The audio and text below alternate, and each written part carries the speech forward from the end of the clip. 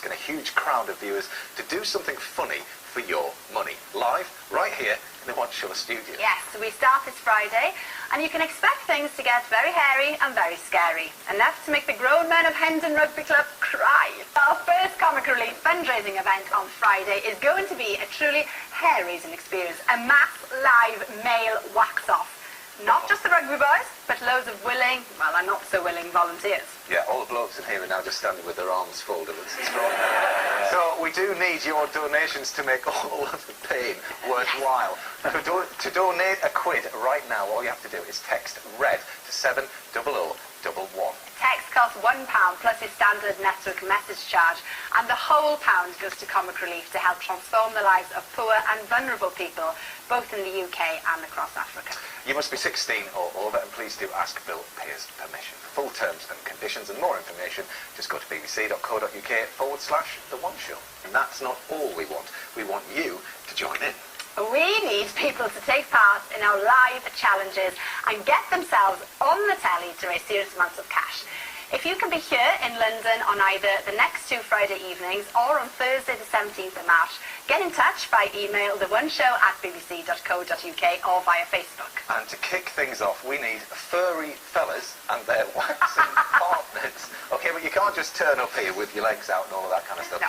Drop us a line with your contact details and we will get back to you if you're successful and if you are hairy enough. Yeah.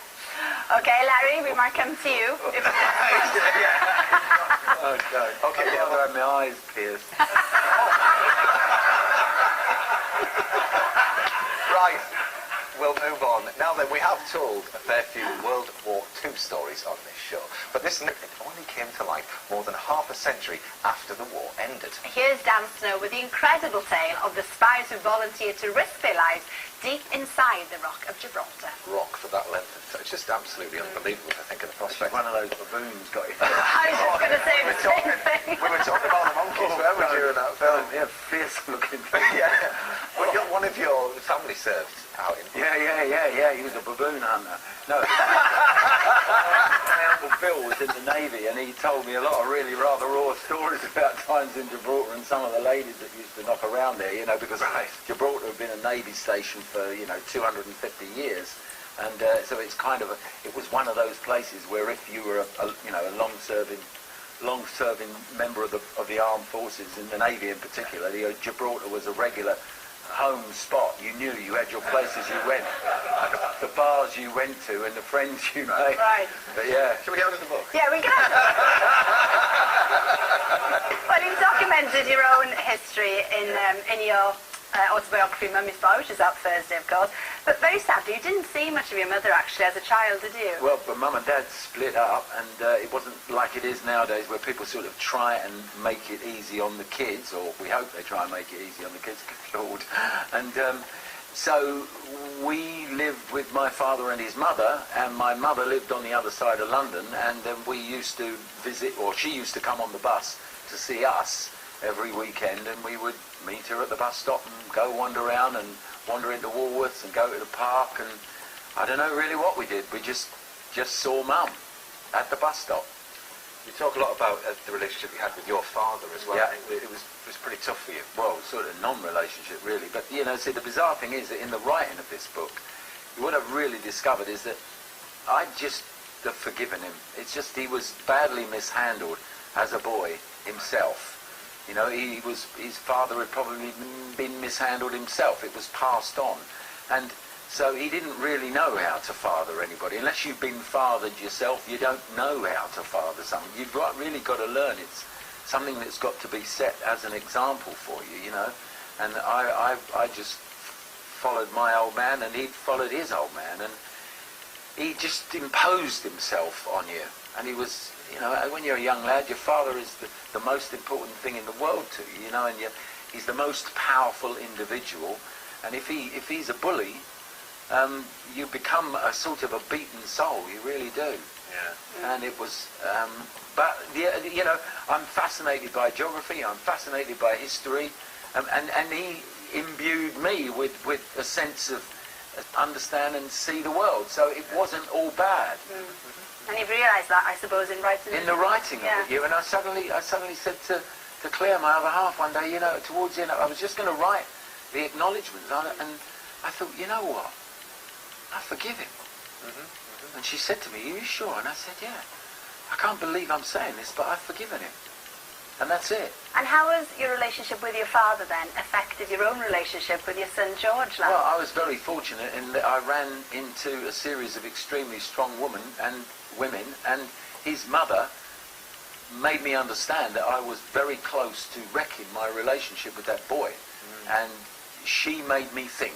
She stopped me dead because I was just starting, as in he was a toddler, and we pulled into, God, look at him there, look, eh?